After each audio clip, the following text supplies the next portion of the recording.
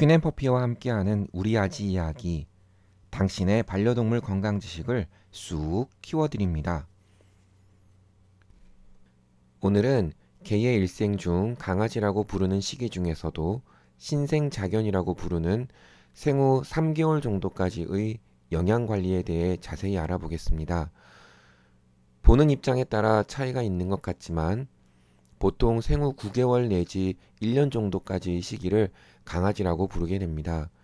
3살 버릇 80까지 간다는 속담도 있듯이 강아지 시기에 적절한 영양 공급과 적당한 운동량이 뒷받침되면 성견이나 노견이 되어서도 건강을 유지하는 데 많은 도움이 되는 것 같습니다. 따라서 사료 메이커들도 이 강아지 시기에 필요로 하는 주된 영양 성분들을 좀 더 배합한 제품들을 따로 출시하고 있으며 해당 포장에는 보통 영어로 퍼피 또는 자견용이라고 표시하여 성견용이나 노견용과 구분해 놓고 있습니다. 또한 사료 메이커에 따라 생후 2, 3개월 정도를 신생자견이라 따로 구분하여 추가로 제품 라인을 더 구성하는 경우도 있습니다. 보통 어미견은 평균 63일, 즉 9주 정도의 임신 기간을 거쳐 출산하게 됩니다. 태어난 지 얼마 되지 않는 강아지를 신생자견이라고 부르기도 하는데요. 모유를 통해 영양을 공급받게 되며 출산 후 24시간 동안 나오는 모유는 특별히 초유라고 부릅니다. 젖먹이 동물의 초유에는 면역 성분이 다량 포함되어 있어서 항체를 형성하거나 새끼의 질병 예방에 아주 중요한 역할을 하게 됩니다. 따라서 출산 직후 젖을 바로 물리는 것이 건강에도 중요합니다. 예전에는 마더헬프 같은 염소젖으로 만든 초유 제품도 판매했었는데요. 출산한 어미가 새끼에게 젖먹이기를 거부하거나 한 배에 여러 마리 새끼가 한꺼번에 태어나 젖이 부족한 경우에 요긴하게 사용할 수 있었습니다. 최근에는 에스비락 초유 제품이나 탐라이프 사냥류 같은 제품들을 판매하고 있습니다.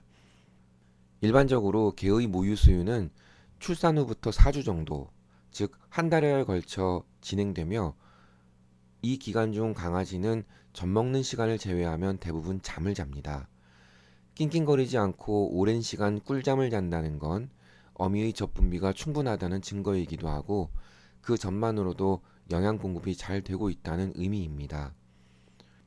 생후 4주가 되어 체중이 충분히 늘었다고 판단되면 슬슬 젖을 때도 좋습니다.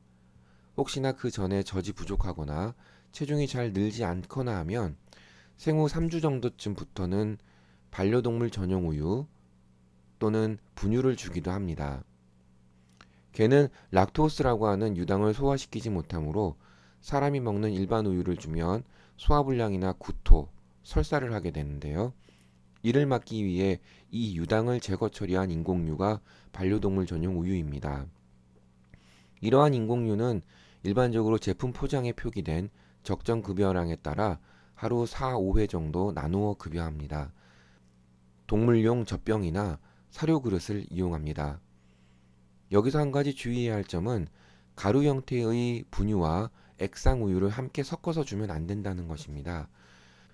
영양 공급에 더 유리할 것으로 생각될 수도 있지만 실제로는 분유와 우유를 섞어서 급여하는 경우 위장에서 가스가 발생하고 아직 소화기관이나 항문이 완전하지 않은 강아지들은 가스를 제대로 배출하지 못하여 쇼크사하는 경우가 생기기도 하니 주의해야 합니다.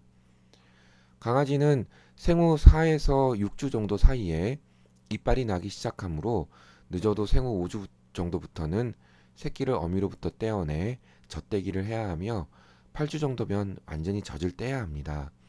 보통 반려동물용 분유를 물에 타주거나 물에 불린 사료를 주는 것으로 시작합니다. 강아지의 체중이나 크기에 따라 사료 알갱이를 적당히 몇 알씩 세어서 불려주면 됩니다. 물에 불린 사료에 분유를 섞어서 주거나 사료를 반려동물 전용 우유에 불려서 주기도 합니다. 젖대기 직후에는 체중이 감소하기도 하지만 일시적인 현상이라 그리 염려치 않아도 됩니다. 젖을 뗀 새끼들끼리 함께 기르면 먹이를 서로 경쟁적으로 먹기 때문에 한 마리만 기르는 것보다 발육이 빠르다고도 합니다. 다만 이때 서열이 형성되어 뒤처지는 강아지가 있으면 따로 잘 배려해 주어야 합니다. 사료는 사료 포장에 표기된 체중별 하루 적정 급여량을 참고하여 1인분을 2, 3회 분량으로 나누어 6시간 내지 7시간마다 주게 됩니다. 젖을 떼기 전에는 견종에 따른 큰 차이 없이 강아지들의 체중이 비슷하게 늘지만 젖을 뗀 이후부터 3개월여 정도까지 발육은 견종에 따라 크게 다릅니다. 특히 대형 견종인 경우 체중이 몇십 배 이상 불어나게 되므로 골격 형성에 필요한 영양 공급이 잘 이루어져야 합니다. 따라서 이 시기에 영양 결핍이 생기지 않도록 특히 더 주의를 기울여야 하며 성견이 되었을 때의 체격을 고려하여 적당한 사료를 잘 선택해야 합니다. 다음 시간에는 생후 4개월 이후부터 생후 1년까지의 강아지 영양 관리에 대해 알아보도록 하겠습니다.